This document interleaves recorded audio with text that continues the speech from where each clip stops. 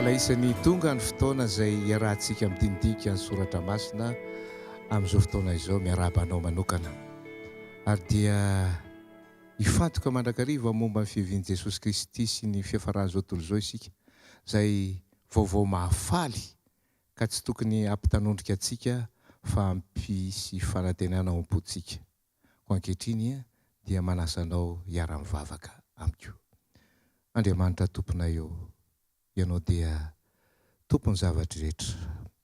Fantatrao ny fiaviany sy fiatombony zao tontolo izao ary fantatrao ny fiafaran'izao tontolo izao. Satria eo am-pelantananao ny zavatra rehetra. Ianao mifeny zavatra rehetra. Noho izany dia mahatoky anao izay. Satria apetraka eo am-pelantananao koa ny fiainanay. Satria rehefa am-pelantananao ny fiainanay dia isy zava-tsoa horaisinay. Ary indrindrandrindra fitahiana mihoatra noho ny arena, mihoatra noho ny zavatra hafa eto amin'ity tany ity. Satria manantena izay fa iona tsy ho ela aminao. Sotra Tompo noho ny aminaran'i Jesosy. Amen. Iza no afaka hitsena an' Jesosy? Iza? Misy teny anankiray izay mamaritra tsara mihitsy fa karazan'olona loatra izao no afaka hitsena an' Jesosy. Ao amin'ny Timoty faharoa toko faha-4 ka ny 9 dia hoy ny teny. Timoty faharoa toko faha-4 ka ny 9. Hatr'izao dia tehirizina ho ahy ny satroboninahitry ny fahamarinana izay omen'ny Tompo mpitsara marina ho ahy amin'izay andro izay. Eto ny apôstôly Paoly dia miresaka momba ny fiavian'i Jesosy Kristy. Ary tsy ho ahy ihany ho izy fa ho an'izay rehetra tia ny fisehony koa. Iza no afaka hitsena an' Jesosy? Tsy iza afa-tsy ireo izay tia ny fiavian'i Jesosy. Izy tsy milaza eto hoe ny olona izay afaka hitsena an' Jesosy Kristy dia ireo olona mahalala ny famantarana rehetrarehetra amin'ny antsipiriny ny abidiny famantarana. Ilaina mahafantatra ny famantarana. Fa mihoatra noho izany dia hoy ny Tompo hoe izay tia ny fiaviany no afaka hitsena an' Jesosy Kristy. Andao andray lesontsika amin'ireo karazan'olona 3 horaisika ohatra eo amin'ny fitiavana ny fiavian'i Jesosy. Ohatra voalohany, mazava ho azy fa Jesosy mihitsy no tena tia mamy sy maminy izany atao hoe fiaviany indray izany. Ary izy indrindra no nanizingizina teo mivavaka nampianarin'ny mpianany fa tena tiany io fiaviany io. Ao amin'ny Mateo toko 4:7 manao hoe rahainay izay ny an-danitra, ho masina neny anaranao, ho tonga ny eny fanjakanao. Raha nanontanian'i Pilato izy, ianao ve mpanjaka ny Jiosy, ianao ve no zao sy izao mpanapaka eo amin'ity tany ity? Dia hoy Jesosy hoe tsy eto ny fanjakako. Ny fanjakako dia fanjakana ho avy amin'ny alalan'ny fiaviany indray. Efa tanteraka ny famantarana maro samihafa. Ao sasa mbola ho avy tsy ho ela. Tian' Jesosy zany fiaviany zany. Satria eo no tanteraka vokatry ny fanatitra ny sitrapona tolony teo Kalvari mba hamonjena antsika. Tian' Jesosy zany fiaviany zany satria eo ny aonany amin'ilay vadiny dia ny fiangonana dia izay rehetra manaraka an'i Kristy, izay manaraka ny sitrapon'i Kristy. Eo no anehoany ny toerana izay nomaniny antsika ka hoy izy hoe indreto ny toerana izay nomaniko anareo. Efa dodiny izy ny aneho an'izany. Eritrereto angery hava malala isany. Misy ray mpianakaviana iray izay mipetraka ao anatina trano tsara tarehy, misy ny zavatra rehetra, tsara dia tsara. Nefa io ray mpianakaviana io dia mananjanaka anankiray petraka ery amin'ny trambongo kely ery. Ao amin'io trambongo kely io tsy misy sakafo. Ny aretina mitranga ary tsy vitan'izany hafa miha mahantra izy. Tratra ny loza ara-boajanahary izy. feno ady. Zany ny ainan'ilay zanany malala kely eo amin'io trambongy io. Amin'ny fomba ahoana tsy hahatonga an'io raim-pianakaviana io ho ontsa ka hiteny hoe tsy androko izay ahitako an'io zanako mipetraka amin'io trambongy io ho toerako amin'ity toerana mahafinaritra lapasoa sarobidy ity satria manana ny rehetra aho. Tahaka izany ny fiaviany Jesosy. Jesosy dia tia ny fiaviany satria tsy andry izay ahitana antsika. Hiala amin'ireto toe-javatra izay manahirana ireto. Ary tsy tokony hametrahana ny fo satria mandalo daholo izany zavatra rehetrarehetra izany. Ry havana, Jesosy no ohatra tsara indrindra eo amin'ny fitiavana ny amin'ny fiaviany. Ary dia hoy izy amin'ny vavaka farany eo amin'ny Apokalipsy 2:20. Ary tiany mba ho zany foana koa ny vavakantsika isan'andro isan'andro e. Apokalipsy 2:20 ka ny andininy 20 ovaka itsika amin'ny anaran'i Jesosy Kristy zany. Hoy izay manambara ireo zavatra ireo, eny afainganao, amen, avy Jesosy Tompo, ho amin'ny olona masina neny fahasoavan'ny Tompo, amen. Indro afainganao. Tena ao am-pon'Andriamanitra, ao am-pony Jesosy, ny lanitra manontolo. Fa dodina, maika ny ao anatsika Jesosy. Fa saingy izao, ny apôstôly Petera milaza hoe ny tompo tsy mahila ny teny fikasany fa manana faharetana izy. Atahorany tsy ho voavonjy ianao fa tia ny hiova aingana ny fomba fandehanao. Matoa mbola tonga ao amin'ny eritreritrao sy ao amin'ny fonao hoe mila fiovana kely aho amin'izao zavatra rehetrarehetra izao amin'izao fiainana izao dia efa tadidio fa efa asa amin'ny fanahy zany. Nefa tsy mahila ny teny fikasana izy rehefa tonga tokoa ny fiaviany satria tsy misy mahalala ny ora fiaviany Kristy na ny enjely na Jesosy na iza fa Andriamanitra ray ihany. Hoy ny teny eo amin'ny Patio 4:20. Ary dia adalana be mihitsy ny mametraka ora hoe amin'izao indray farana ny andro, ny farandro hoe amin'izao indray zao ny tratra ny farandro hoe amin'izao daty zao ny farana ny tantaran'izao tontolo izao. Tsia mandanga izay milaza an'izany ary manohitra ny tenin'Andriamanitra izay milaza an'izany. Ohatra faharoa koa izay tia ny fiaviany Jesosy Kristy dia tsy inona izany fa ireo kristianina voalohany tamin'ny taonjato voalohany.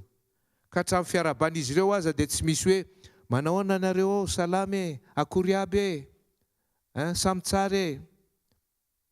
Tsia ny fiaraban'izy ireo tamin'izany dia hoe Maranatha, zany hoe avy Jesosy Tompo. Raha aveo miaona zany izy ireo dia fiarabana dia mba ho avy aingana re Jesosy. Zany no ampon'izy ireo. Ireo zany dia ohatra akaiky mihitsy ambaran'ny apôstôly Paoly amin'ilay hoe ao amin'ny Timoty 2:4-5 dia hoe ny fiaviany Jesosy dia ho an'izay tia azy. Paoly dia mamarana ny taratasiny ao amin'ny Koritianina voalohany 2:20-20 manao hoe Maranatha, avy Jesosy Tompo, avy e. Ao amin'ny toe-tsainy kristianina voalohany dia hoy izy ireo hoe akaiky ny fiaviany Jesosy. Izy ireo dia tsy nalala ny famantarana ny Matio 4:20, tsy mahalala ny famantarana nasehon'ny Apokalipsy izy ireo. Kanefa amin'izy ireo dia izao akaiky ny fiaviany Jesosy satria tiany izany fiaviany Kristy izany. Ao amin'ny toe-tsainy zareo izany. Tiany loatra ka dia heveriny hoe efa eo zany fiaviany zany. Satria tiany mba ho avy aingana Jesosy Kristy. Ambarana zany eo amin'ny Filipiana 4:4-5, Jakoba 5:5 fa tena ao am-pondry zareo zany fiaviany Kristy. Ary apetrany foana ilay teny hoe antombotra, akaiky.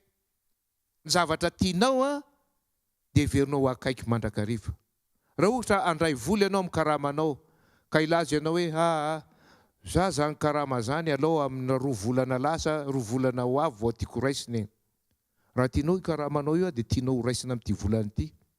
Fa tsy eritreretinao hoe avy alao any amin'ny 3 volana any vao mba maniry mba handray karama. Ohatran'izany koa ny fiaviany Kristy tamin'ny andron'ny kristianina fahizay. Tiany ho aingana mihitsy zany fiaviany Kristy zany satria tiany ny hiaona amin'i Jesosy.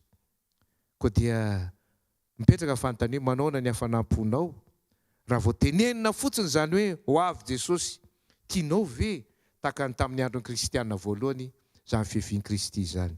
Iza no afaka hitsenan'i Jesosy? Ireo izay tia ny fiaviany.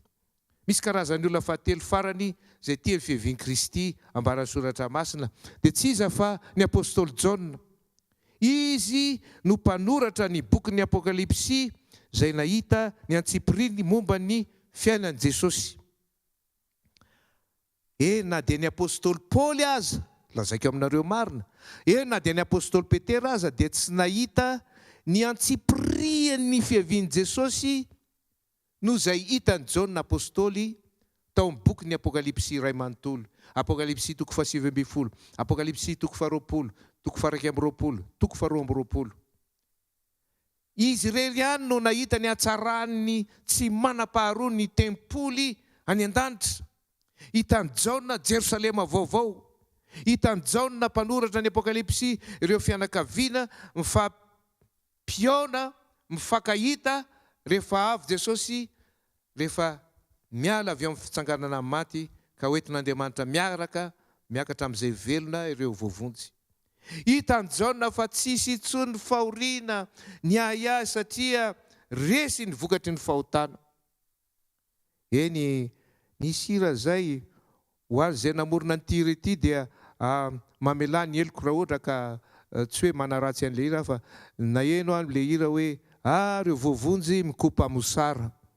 Tsisy mosara tsony eny amin'ny fiavian'i Jesosy satria tsy hitomany izy, tsy ilaina tsony mosara satria ambaran'ny Jaona ao amin'ny Apokalipsy toko 2:20, tsisy tomany, tsisy fahoriana, tsisy ny fisaona, tsisy ny fanahitaina. Noho izany dia hoy Jaona hoe tiako io fiavian'i Kristy io. Hitany Jaona Jerosalema vaovao, hitany daholo zany zava-tsoa rehetrarehetra izany. Izany ny vokatry ny fiavian'i Kristy rehefa ho avy tsy ho ela izy, ho tanterahany amintsika tsiraray avy. Ary tena tiany mihitsy mba ho avy faingana Jesosy. Reo karazan'olona tia ny fiavian'i Jesosy. Jesosy dia ny mpianatra voalohany, ny kristiana voalohany, Jaona mpanoratra ny Apokalipsy, ary farany noho ny nanambarany amin'izany fitiavan'ny fiavian'i Kristy zany izy, dia hoy izy hoe avia Tompo, avia Maranatha. Apokalipsy toko 2:20. Eny mitalao, mivavaka ho amin'izany mihitsy ny apôstôly Jaona. Ary tiako ryhava malala izany. Mba ho anisan'ny vavaka ataonao, na dia mivavaka rehefa melony sakafo azy ianao, tsy maninona ampio Maranatha fa zany ny fomba ampidirina sy azotsika mamerimberina ihany ty fiavian'i Kristy ao amin'ny fiainantsika ity. Koa dia mirary ianao mba ho anisany tanteraka ny vavaka izay ataonao ho avy Jesosy, ary dia ho tanteraka aminao fa Jesosy dia ho avy ho anao koa noho ny amin'ny anaran'i Jesosy. Amen. Hivavaka isika. Andriamanitro zany vavaka Maranatha izany dia tianay ho tahaka ny vato fantsika ato am-ponay ka anorina ny finoanay aminao. Amperitreritra anay ary anosika anay hiomana tanteraka amin'ny fiavianao. Be dia be ireo famantarana izay efa tanteraka. Mandalo ity fiainana ity, fa izay rehetra manao sitraponao dia haritra mandrakizay amin'ny alalan'ny fiavianao indray. Tompo, ho an'izay rehetra miaino an'izao afatra avy amin'ny teninao izao, dia atao tsy diso anjara rehefa ho avy tsy ho ela ianao, ka ndray anay tsisy akanavaka ho any amin'ny fiainana mandrakizay. Ary amin'izay fotoana izay dia hidera ny anaranao, hihira hosana, alleluia, amen, satria mendrika